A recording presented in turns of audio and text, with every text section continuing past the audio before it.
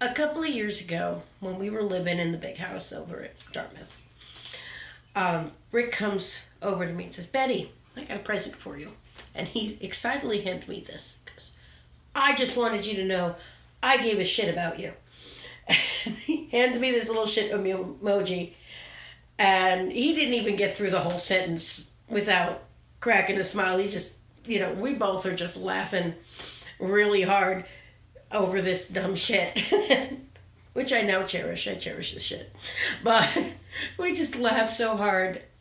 And that was just Rick. That was his sense of humor. That's the way we related to each other. I think when we're younger, we're sold this bill of goods that your soulmate or your other half, whatever you want to call it, is supposed to be some big romantic partner. And that's not always the case. I'm not saying that that's not true, but in some cases that's the case. In this case, it wasn't. Platonic friendships can be just as strong and just as powerful and impactful as romantic relationships. Me and Bunny did everything together.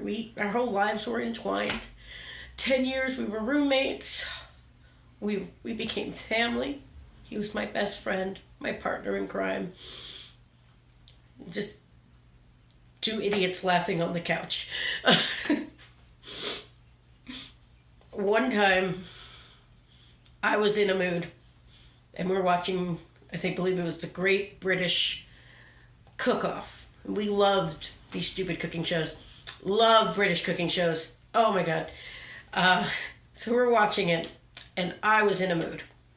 I was just in this mood where they were making coujons. At this point, I don't even remember what a coujon is. But, just go, coujon. Look at him. Coujon. And I'm looking at Rick, and my brother-in-law's there, and we're just, coujon. Coujon. And then I go, coujon. Right in Rick's face. Coujon. And I'm unrelenting. Just, coujon. He's like, really? And he's trying to bat me away, push me away, and I'm, coujon. I'm grabbing his arm. Coujon. I'm just being stupid. Coujon. And this goes on for a good 10 minutes.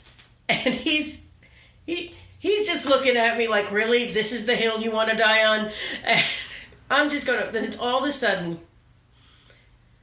he just looks at me, takes his hand 2 inches from my face. Gnocchi! And I'm, coujon! Gnocchi! And that went on for at least another minute or two before we were just sitting there laughing so hard our sides hurt. And I looked at him and I said, Rick, we're stupid. He goes, yeah, but we're happy. And that was the truth. On the outside, you could look at our lives and say, well, they have it hard. Rick was disabled. Rick had his health problems. We didn't make a lot of money. We struggled a lot. But we were happy. We took what we had and we made the best of it. We have amazing, amazing friends. And there's no way would have been able to make it through this month if it wasn't for all my friends and family who have come up for me, who have helped me in any number of ways, whether it was money, whether it was just checking in on me, whether it was being there the day he passed, whether it was giving me a hug and just telling me you love me, telling me you're there for me. That's when we know we are lucky. It's when horrible things happen, when bad things happen, and you realize that there are blessings in this world. And I am extra lucky because this is not the first time my friends have come out for me. Not the first time they've come out for Rick and me. When my mom was sick, when my mom died, my friends were all there for me. I don't know what I did to deserve it, but there they were, and there they are. And I just want to say thank you. Because I love you all. And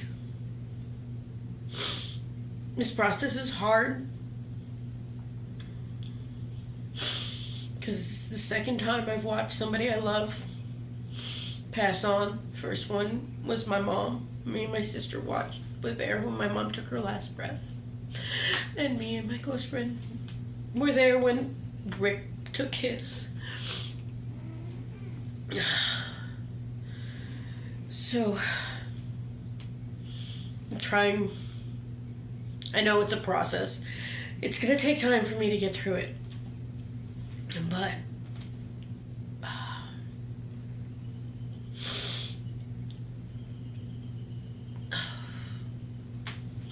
I'll be okay. I mean, it says it's going to take some time, but hopefully I'll get there. Because I can't be upset too long. Rick will haunt me.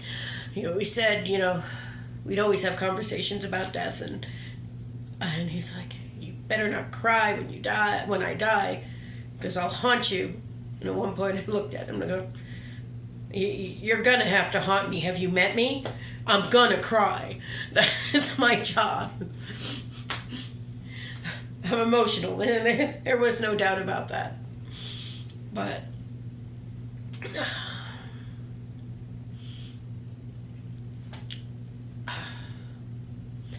I just really even don't know how to end this video, but I just felt like I needed to say some things. Because, everything's changed for me. I mean, my whole life turned upside down, and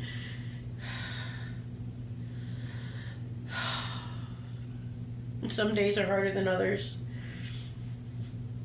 But I would never change having Rick in my life. I wouldn't change being there for him.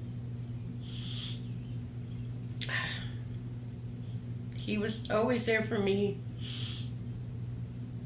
He was my best friend. He was my partner.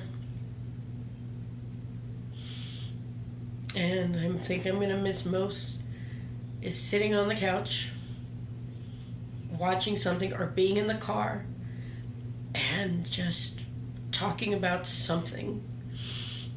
Usually something stupid and absurd that's gone on this downward roll where nobody should be, and just laughing so hard.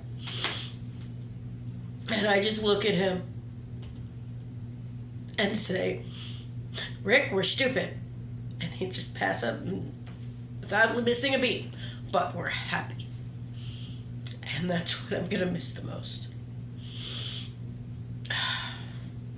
So, I guess this video is my way.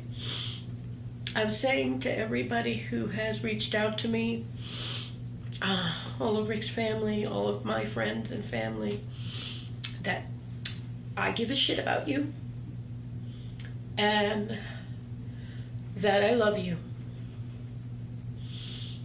And never hesitate to tell the people you love that, because you don't know if tomorrow they'll be here.